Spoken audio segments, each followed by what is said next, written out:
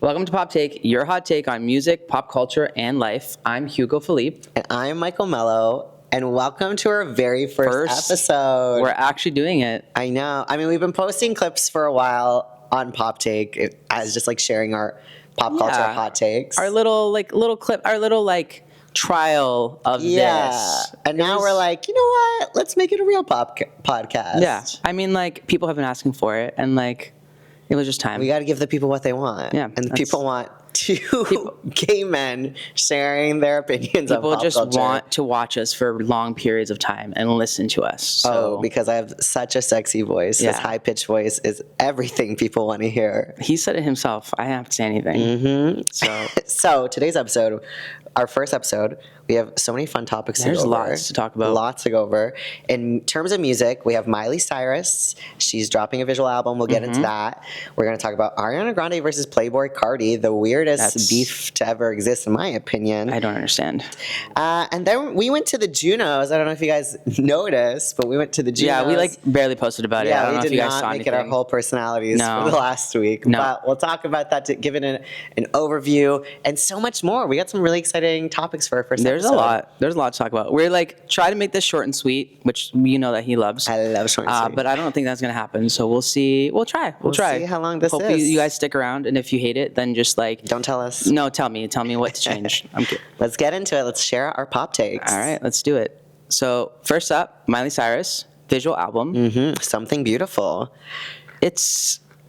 I'm intrigued. I don't really understand so far what's going on, because it was just one day it was new music's coming out, then it's a video.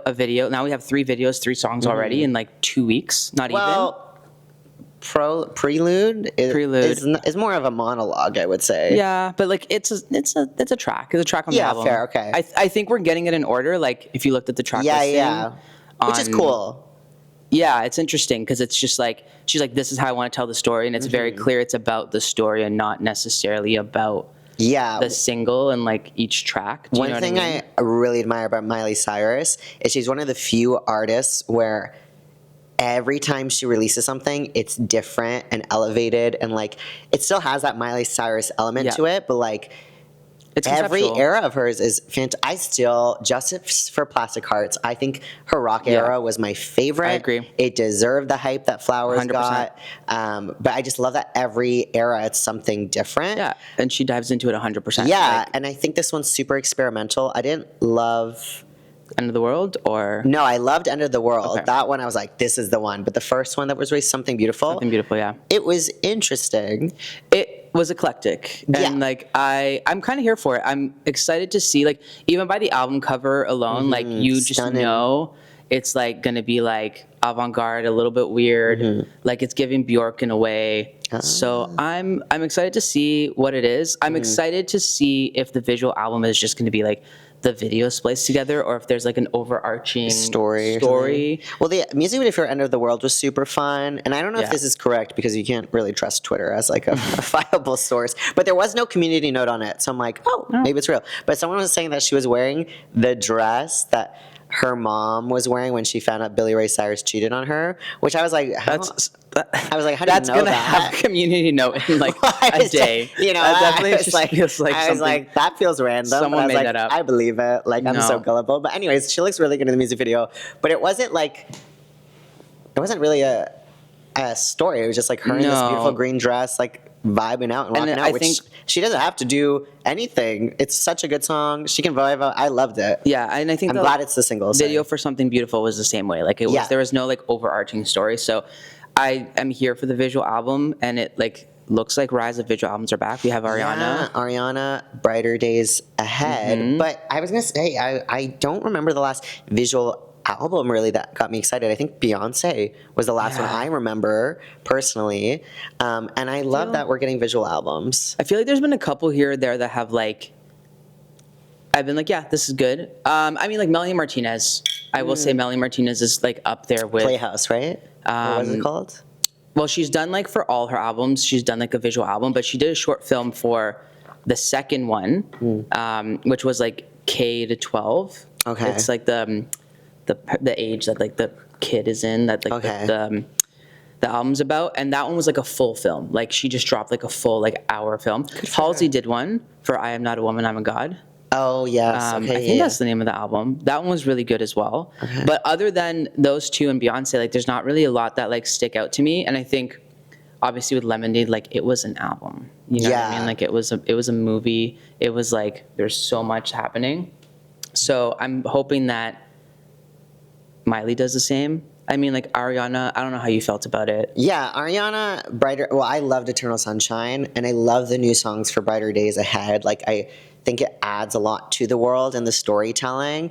Every day I'm listening to, like, I love Twilight Zone. I really enjoy Warm. Like, every day, a song from that album just like really resonates with me. Takes over, yeah. But, and I'm probably gonna get dragged for this. I don't know if the visual like film for Brighter Days Ahead like resonated with me, but just in the sense that like I think the We Can't Be Friends music video had such a clear story, and I love that we continued that. But then like her memories weren't really making sense because like we had her as like she was like kind of a Frankenstein at one point, and then like I have theories on it. So like I sort of like I flip flop between two things. One, it's just like conceptual, and it's just like the idea of like her dad put her back together, and like you know healing and stuff. and those types of things. And she also, sorry to interrupt, she also is a big fan of the horror genre. She and has done like the Frankenstein thing. There's so many elements. But even like in the short film, like I saw so many like TikToks and things about just like visual references from other like horror films and things like that. But yeah, it's either a little too conceptual, I think, because for me, like We Can't Be Friends was like, obviously it's in the future, but like it was still very real. Whereas like the memories in Brighter Days just felt too disjointed because they were so different, like aliens, Frankenstein. But and then also like watching her perform Dandelion as a memory, which was great. But where did it fit into the story? But also, is it because she's old and has dementia? And then her memories I didn't aren't. Think about that's that. what I've been thinking about. I'm like, is this like a non-real version of like her memories? Do you know what I mean? Oh my god! And like how? Wow, maybe I'm just dumb. No, it was just how I like. That was sort of how I try to put it together as like why it's so conceptual. Like it's like a little bit, or even like a trauma response. But like you know how like there's a study she sort of masked it. Yeah. Like okay, wow. Now I'm like. Damn. So if that's not Ariana, you can run with it. If that is not what happened, yeah, I think visually it was so great, beautiful, and like beautiful. I still love the songs. I think just going into it, I was really expecting a clear story like We Can't Be Friends, but because it was so conceptual, it was like an interesting take on it. But of the visual albums we had in the last while, that was like a really fun film for me, and I do put it like production value. Yeah, was like key. Yeah, and not like.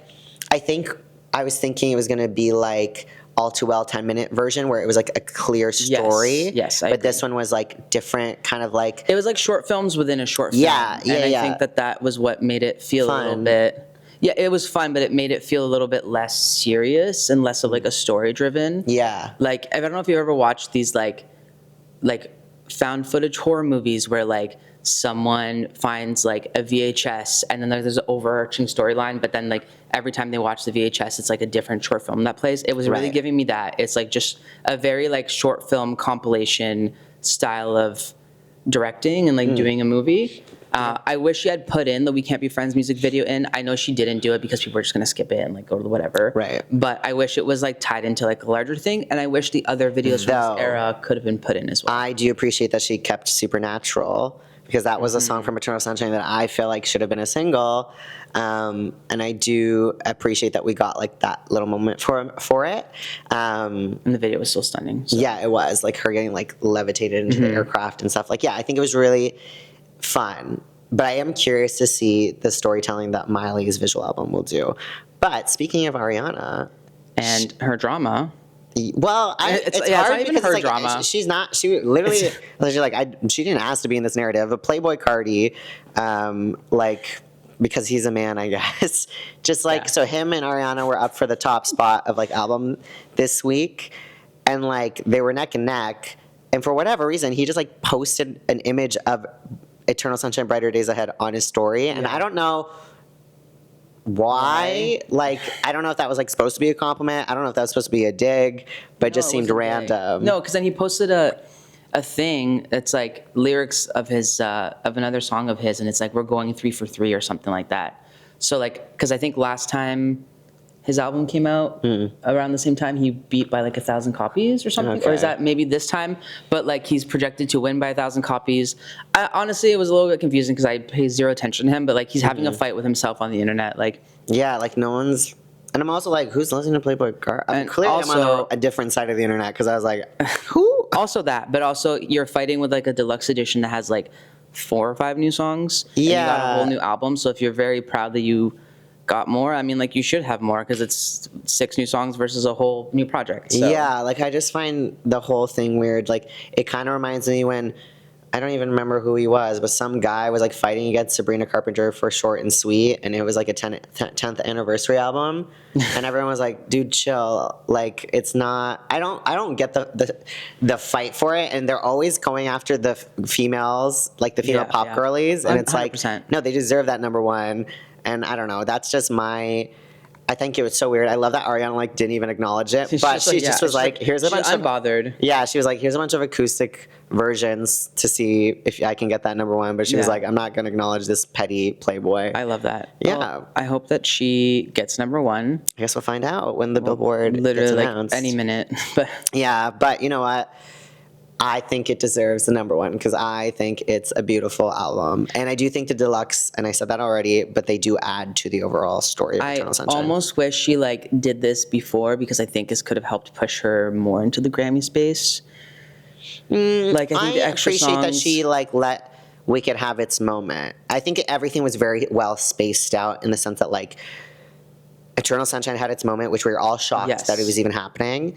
And then we were allowed to like really get into Wicked. We had award season, and then award season wrapped, and she was like, okay, here's now it's part 2. And also... she was Grammy snubbed a little bit, though. She was, but... It's fine.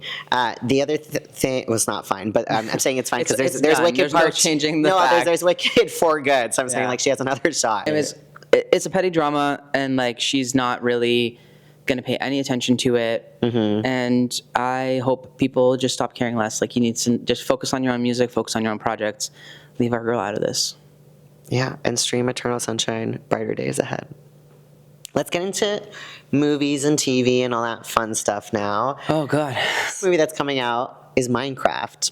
And it kind of like looks into a bunch of remakes we've been seeing where we're taking video games and making them into live action films. So a couple that come to mind is like Sonic the Hedgehog was one, which also received a major upgrade before it was actually released. We had the Super Mario Bros. Movie, which I loved. Some other ones are like Resident Evil, Until Dawn. There's also the Last of Us TV show. Detective Pikachu was another one. What is your take on video games turning into movies? I think you have to approach it in like sort of 2 ways. I think you either have to just like really keep it close to the narrative or like really do something completely different because the video game community is so tied to these things. And I think the thing is like, it's obviously a lot easier to make like a weird or like things happen in video game than it is in film, you know, like budget wise and stuff, right? Like it's not like it's unlimited, but the Minecraft one, like I'm not even gonna go into it because like for me, they're just writing whatever story they want to write. Like Minecraft is just like an open world, you know, building whatever. So like I don't think that there's necessarily like a disappointment in how the movie can go or like how the story can go. It's just like I guess what the final product ends up being. It's giving me Pixels. Do you remember that movie with Pac-Man? And it was like the worst rated movie of all time. Like it was like really, really low for a bit. Like to me, it's just the equivalent of that. I don't know if I agree with that. I think my hot take is like if you love something so much, and this also applies to the Disney live action, but if you love something so much, it's exciting to see it get expanded on. And like I love Pokemon, and for me, like the Detective Pikachu movie was so fun to see. You know, a live action version of Pokemon I grew up in loving. And it was based off the Detective Pikachu game, but at the time, the story of Detective Pikachu wasn't finished because the game came in 2 parts. So the movie like created its own ending. And so that was really exciting to kind of see like, oh, this could be how the game's finished. The games could go a different direction. It was really, really exciting. same thing with like the Super Mario Bros. Movie, which was like a full animated film.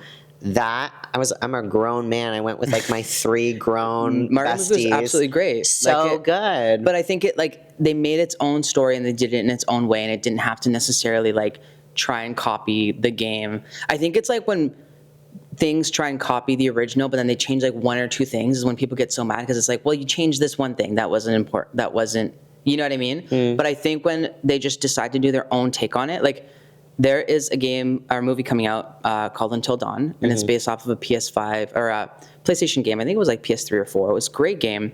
It's like the original game has like actors in it. It's got like oh my God, Hayden Panettiere, Rami Malek, and it was about a group of friends that like go to a cabin, and then like you control each player, and then as you're playing, like if they die, like that's it. Like you don't get your character back. Like you have to continue the story with the leftover characters, and you have to try and make it to the end with like the most people alive. Okay. So like they announced a movie, and people were immediately like, "Well, how are you going to make this a movie? This is like."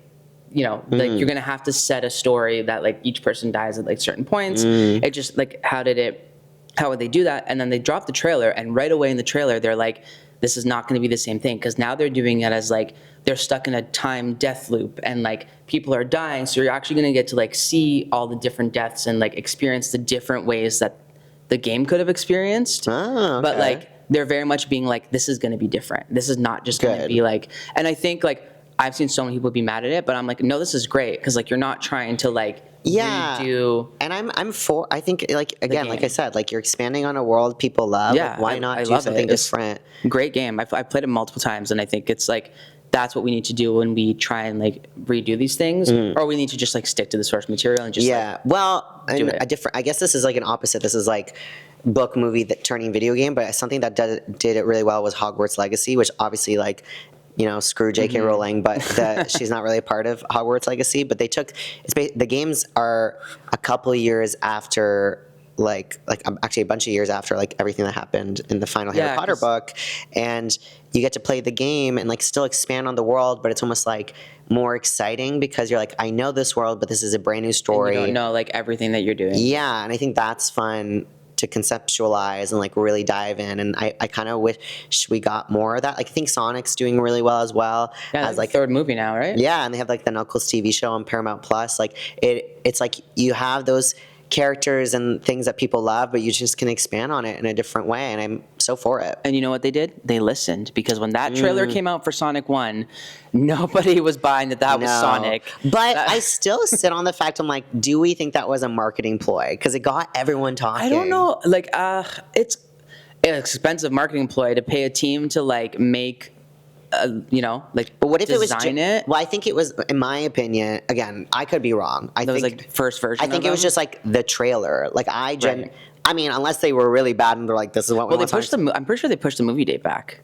After they not, I think that the movie date changed. Okay, good so on them. I could be making that up. That could have been a tweet that did not have a community note. Okay, but I feel like the date changed on that after the backlash. Okay, well, yeah, because the first Sonic looked ugly. Yeah, he looked not like Sonic. You know, it was like Sonic's ugly cousin. Like yeah, but when you listen, like it does well. And like again, I think I'm pro video game to movies if they do it well and they expand on the world in a fun way. Yeah, I mean, there's a Five Nights at Freddy's. I don't know if you've ever played those. Another like horror game, very like weird game, but it's about a guy that gets like locked in he's a security guard for this like abandoned kid, like Chuck E. Cheese, but like the animals, like the stuffed robots come out alive at night and like kill people. Anyways, there's a first one. Movie was campy, but like it was whatever. There's a second one coming out. The trailer just dropped, I think yesterday. But there's also a Megan 2 trailer. Oh yeah, Megan 2. Did you see that? I have. She has like a little bob. Yeah, she's like, I kind of here for it. I'm kind of here about how campy it is. And they're just they know their audience. And also, I don't know if you saw on Twitter, but like some review site like posted a clip of like the robot Megan without like all the doll makeup and stuff, and they're like, of course you would use this. And then the Megan account like responded like, of course you would use this, like da da da. It's just very funny. Like I'm actually so excited for it. I've seen some people be like very like on the fence about it, but like I don't know, I'm totally here for them just like having this like, she's like a queer icon now. Like, I think we are here. Like our first AI queer icon is Megan. We love it. Yeah. So we went to the Junos. This Past week. weekend. I mean, it also feels like almost forever ago because like that weekend was a whirlwind. Like It was so busy. We literally landed and it was like work. Bus, club, another club. Yeah, but it's all just interviews. Yeah. It's like, we said this there, but it was actually the first definition of like work trip. Like we did not go out, no clubs, no bars, like nothing. It was literally work, plain. Yeah. Like we did really feel like Lady Gaga. It was. But it was super fun. And I will say, like, as stressful as those situations can be, it was cool to like get to talk to artists, and like we have a couple interviews with like Preston Pablo and Valley that are coming out soon. Everything else we've already posted. But my one thing, and anyone who knows me, is like I have the worst bladder, and on the red carpet to get to the nearest washroom was like a good 10-minute walk, and I couldn't. Well, I get nervous pee. Like I had to go pee 3 times, so that's like 30 minutes just to go pee. And so that was like my one thing. I just need to like learn how to like hold my bladder better, because I think they were like, okay, we're gonna start in like 10 minutes, and I was like, I need to pee again. Yeah, you ran. I ran. Yeah. I was flustered, but besides that, great carpet experience. It was good. It was like we interviewed a lot of people. People were really chill. They're very chill. Got to meet Baby No Money, which I was really excited about. We did. We got to see his toilet up close. Yeah. I didn't realize I was like thirsting over him. You were being filmed. Do you know I saved you from that? Thank you. Like he was literally beside me filming you.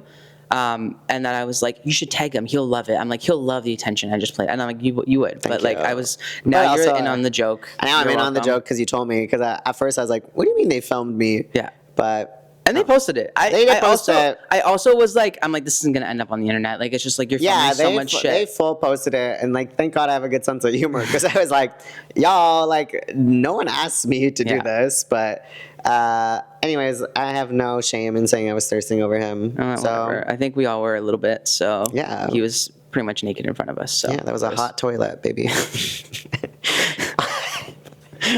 And I say it with my chest. But hopefully that's the only time you said that. But. Yeah, but you know what? Junos was super fun, and I'm glad we got to go. But because like I won't be experiencing any concerts anytime soon, because concerts are so expensive lately. Yeah, I mean, I didn't even try for Lady Gaga. I know you got tickets. Yeah. But I was just like, it's just going to be a bloodbath. I already have a couple of expensive tickets, but like, I can't get, and I will not pay resale. Like, I will not pay resale. Well, I also want to know, like, with Ticketmaster, like, what are all these fees? Because, like, I'm at, basically it's self-checkout. Yeah. Like, so I'm doing the work to get these tickets. So what are these service fees? I also hate the fact that, like, when there's more people in a queue or, like, the tickets are high demand, like, the price goes up. Because, like, I saw Taylor Swift 1989 for, like, $100. And, like, for Eras tour, I think I paid like 8 times that price. Yeah, no, it's so ridiculous. I think they need to find a better system. I also think we should just have laws about scalping. Like, it would be so easy for these systems to be put in place. It's like, if you don't want your ticket, you hit resell, it goes back into a queue, and it gets the same price, but like, it could be a little bit more to like cover the resale fee if you have to, like, so the person doesn't lose out on money. Like, I think that's fair. Like, if you don't lose out on like your 20% or whatever it is. Well, like, the other thing is like Ticketmaster is the problem, because when I went to Portugal for Eras tour, you only get your tickets sent to you like a week before the show, and you're only able to sell them at face value. Yeah, like the company does. It's a law. But. And I swear, someone was going to take Ticketmaster to court. What happened with that? We used to have anti-scalping laws in Ontario, possibly Canada, and that got axed like. Was it by Doug Ford? It was by Doug Ford. Of course it was. Blame Doug Ford for everything. That's why people are poor, because people are buying these like $5,000 tickets and can't pay their rent to go. I posted how many concerts I'm going to this year, and someone was like, "Add the price up." Yeah, and I did, and I'm at like close to 4K. This is why I love standing my like small little pop girlies, because they'll play at like the like medium-sized venues and their tickets are $40 to $50, and I just like, I won't even bat an eye, and I know they're getting the money, and I know like no one's wasting their time like buying and reselling them, although some people are. There's this artist I like, Goldie, and she's playing Horseshoe Tavern, and tickets were like $30, and then Kelly Clarkson covered Oh, one yeah, of her on songs on like karaoke. karaoke. Yeah, yeah. And now tickets are being resold for like $150. And I'm like, guys, it's like the Horseshoe Tavern. Like I can like walk in there on like a regular Tuesday. Also, okay, so Gracie Abrams performing at Budweiser stage, and someone was trying to sell lawn, which I don't know if you've ever been there, It's but just like a lawn. it's a lawn. You stand, like you don't have a seat. There's no specific place for you. It's like a little picnic. Selling that for $300. Yeah, that's insane. Insane. It's I saw Nicki grass. Minaj on Lawn for $10 back in like Yeah, because 2014. lawn was like, if you can't get a ticket, like you'll settle for lawn. Yeah. And you'll pay like $10 to watch them from the lawn. But Yeah. like, that's absolutely insane. It was crazy. So, in short, screw Ticketmaster. If some billionaire could like buy Ticketmaster and like make it ethical again, that'd be great. Not Elon Musk though, because we know No, that oh my goes. God, I said a good billionaire. Let Taylor Swift buy Ticketmaster. Yeah, she could if she could. I think Probably. No, I feel like she's got enough on her plate. Maybe some like other billionaire. I don't know. Do this for us, Taylor. Save us. Yeah, exactly. Save us. Save our wallets. Yeah. That would be a really good public service, actually, though. It would. You'd get everyone on your side. Yeah. You get me on your side for sure. Speaking of getting on our side, make sure you follow the PopTake on all social media platforms. We are on Instagram and TikTok, and now we are officially a podcast, so that means we're on YouTube, Apple, Spotify. Wherever you get your podcasts. And you can also watch us on YouTube if you'd rather look at our pretty faces. Or if you just want to hear us, go to the podcast thing. Or if you don't like any of it, just follow along and mute us. Give us the follows. Or put us on when you're cleaning the apartment and all that stuff. I'm sure we say something funny. Yeah, I think so. I think this was a fun first episode. We talked about video games. We talked about music. We really covered all pop culture spectrums. Yeah. And we talked about my bladder. Like, what else could the people want? There's something that we would, there's some bladder body part that would come up. Yeah. Well, thank you for tuning in. Make sure to tune in next week for another episode of The PopTake. Thank you. Bye.